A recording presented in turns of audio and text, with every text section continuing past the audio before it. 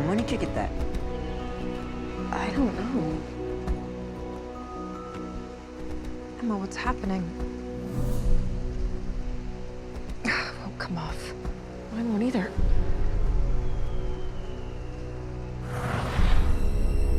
I feel it too. It's like it's funneling all my magic away, like it's harnessing it somehow. Any idea what this is? No. But I have a pretty good idea where it came from.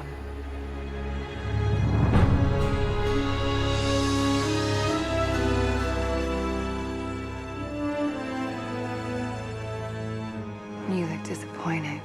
Miss Swan did not behave as I had hoped. Did you have a hand in it? Of course not. My hands were trapped here the entire time. Although, as you said, the urn dust didn't last long at all. I'd keep my distance if I were you. You really don't understand what's happening, do you? I wasn't the one who saved Emma. Elsa was. They really are quite wonderful together, like sisters. Your strange fixation really holds no interest for me. Oh, but it should. And it will. You see, these ribbons were of no use to me until this moment. They can bond three magical sisters together, but only if all of us are a perfect match. And what makes for this perfect match? When all three have embraced their powers, which we now have, thanks to you.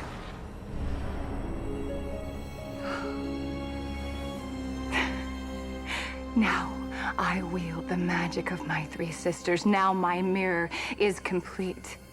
And with this power, I can finally cast a spell over all of Storybrooke. I can probably even defeat you and decorate this place with your bones. Shall I try?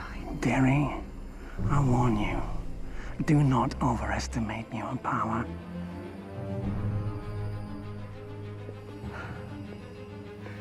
And I warn you, don't underestimate it.